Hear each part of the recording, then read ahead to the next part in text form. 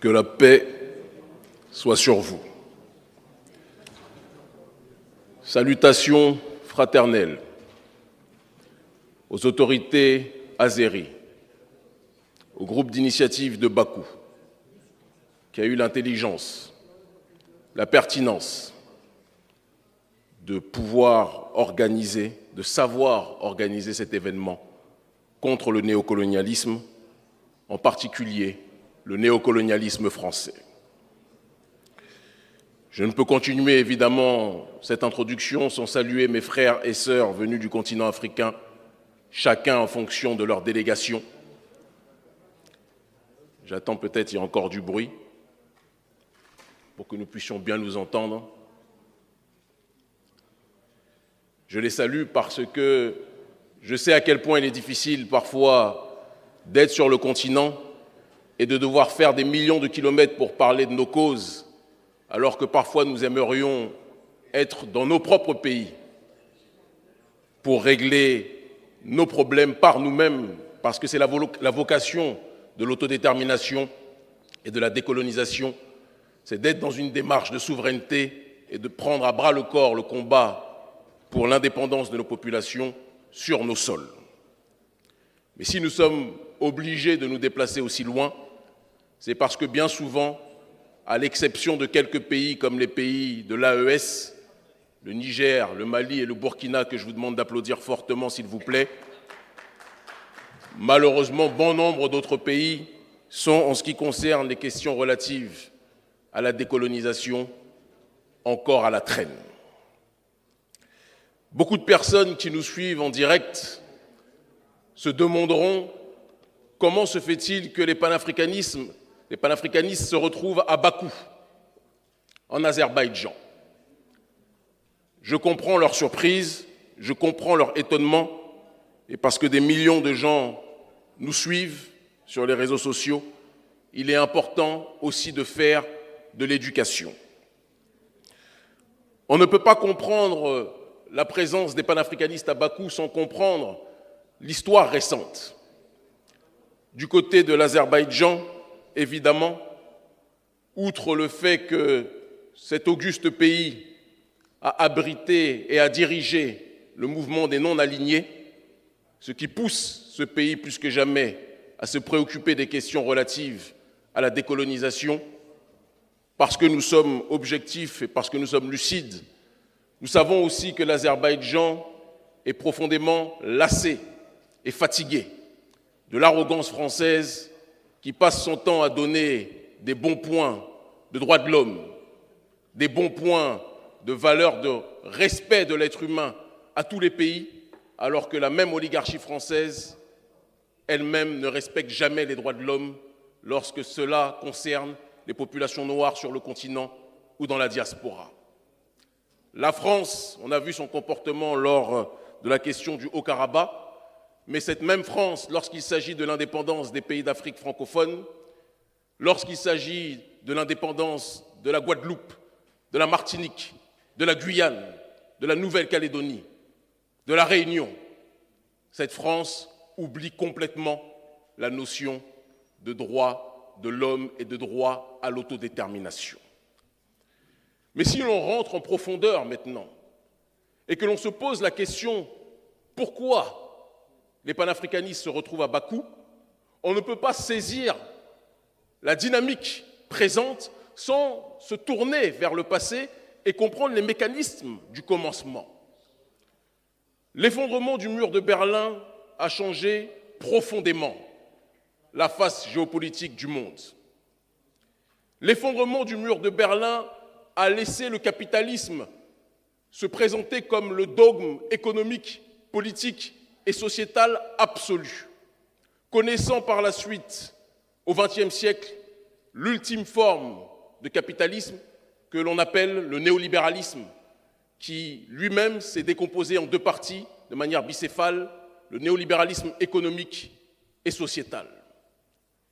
Si nous sommes nombreux dans le Sud global à dénoncer le néolibéralisme économique, nous constatons qu'une grande partie des nations de l'humanité n'ont fait qu'incorporer à leur corps défendant cette doctrine économique comme la doctrine économique normative.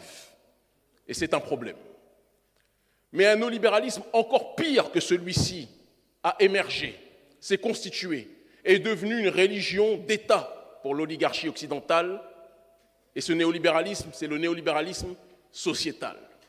Ce que certains appellent l'American Way of Life, ce que certains appellent le mode de vie occidental, l'occidentalisation des mœurs, l'occidentalisation de la société, l'occidentalisation de la vie politique. Et cette arrogance, à travers justement la propagation de ces valeurs occidentales, a fini par heurter une grande partie de l'humanité qui n'acceptait pas que l'on vienne leur dire ce qui était bon ou mauvais dans le cadre de leur réalité. Et c'est à cette croisée des chemins que les panafricanistes et que des pays comme l'Azerbaïdjan se retrouvent. Les panafricanistes, et je vais parler au nom de notre organisation internationale Urgence panafricaniste, structure qui a initié, fondé et forgé avec d'autres structures le Front anti-CFA en 2017, qui a organisé les mobilisations au péril de nos libertés individuelles, parfois au prix de la prison, parfois au prix de l'expulsion, parfois au prix des menaces de certains de nos frères africains. L'ONG Urgence panafricaniste a enclenché un processus de résistance au sein des masses en Afrique francophone et dans la diaspora, dans les territoires d'outre-mer. Et cette ONG que je préside a compris la nécessité d'être présente à chaque endroit où le colonialisme était critiqué. Que ce soit pour des raisons sincères ou que ce soit pour des raisons, dirons-nous, opportunes. Toujours est-il que toute personne et toute nation qui a décidé de s'opposer au néocolonialisme nous a trouvés, nous trouve et nous trouvera comme partenaires. Nous sommes à une période de l'histoire précise où le Nord global est en train de perdre profondément son influence. Parce que le Nord global a vécu dans une sorte d'autisme géopolitique, en croyant qu'ils étaient les seuls capables de pouvoir donner une direction au reste de l'humanité. Mais le Nord global avait oublié que le Sud global lui-même était en train de s'organiser et que la globalisation de l'information permettait aux populations du Sud global, et en particulier aux populations noires de ce Sud global, de pouvoir s'interconnecter, de pouvoir échanger, de pouvoir se rapprocher, de telle sorte qu'il n'y avait plus les frontières artificielles de la conférence de Berlin qui éloignaient le Bénin du Burkina Faso, du Cameroun, du Sénégal, de la Côte d'Ivoire ou des autres contrées. Mais cette fois-ci, il y avait une nouvelle génération qui transcendait ces différences et qui était capable de bouger ensemble pour aller dans une seule et même direction. C'est dans ce processus-là que nous avons été capables de nous organiser sur le terrain, sur les réseaux sociaux et dans les masses médias pour bousculer l'oligarchie française sur le continent africain et dans la diaspora. De telle sorte que cette même oligarchie française, dans un rapport qui est sorti il y a quelques semaines de cela, le rapport de l'école de guerre économique, a déclaré que le combat panafricaniste que nous menons est le combat qui cause la montée de ce qu'ils appellent le sentiment anti-français. Ce n'est pas un sentiment anti-français, c'est un sentiment anticolonialiste français, un sentiment anti-arrogance française. Et cette exaspération que nous ressentons face à cette arrogance française est une exaspération que ressentent beaucoup de nations dans le monde. Je sais précisément, et c'est pour cette raison que je suis venu et que j'ai accepté l'invitation, soyons clairs, ne tournons pas autour du pot, je sais précisément que les autorités azéries sont agacées par cette arrogance et ce paternalisme français. Nous sommes faits pour nous comprendre. Nous sommes faits pour nous entendre. Parce que ce que vous découvrez à travers l'arrogance française, nous vivons cette arrogance et ce colonialisme depuis 5 siècles. Et donc, entre personnes qui sont persécutées, entre personnes qui sont méprisées, entre personnes qui sont combattues par ces pilleurs, par ces faiseurs de troubles, par ces semeurs de troubles, qui détruisent l'humanité mais qui font semblant de se présenter comme sauveuses, comme sauveurs de celle-ci, nous sommes faits, nous autres, damnés de la terre pour nous entendre. Mais nous devons être clairs aussi dans l'établissement de cette collaboration. Nous ne venons pas ici à Bakou pour chercher des nouveaux maîtres, que l'on soit clair. Nous ne venons pas ici à Bakou pour chercher des gens qui nous diront ce que nous devons faire, que ce soit clair. De la même façon que lorsque nous allons en Turquie, j'y étais il y a quelques jours, de la même façon que lorsque nous allons en Russie, de la même façon que lorsque nous allons au Venezuela ou ailleurs, nous disons toujours cette seule et même réalité. Si vous cherchez en Afrique des partenaires réels pour bousculer l'oligarchie occidentale, vous avez trouvé en nous des partenaires qui relèvent de l'idéal.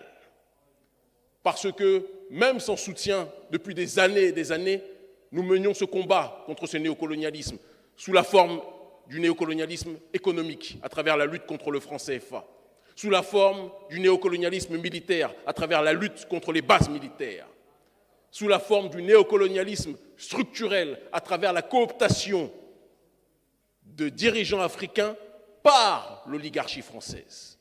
Nous menions ce combat à l'époque où aucun pays ne s'intéressait à notre lutte.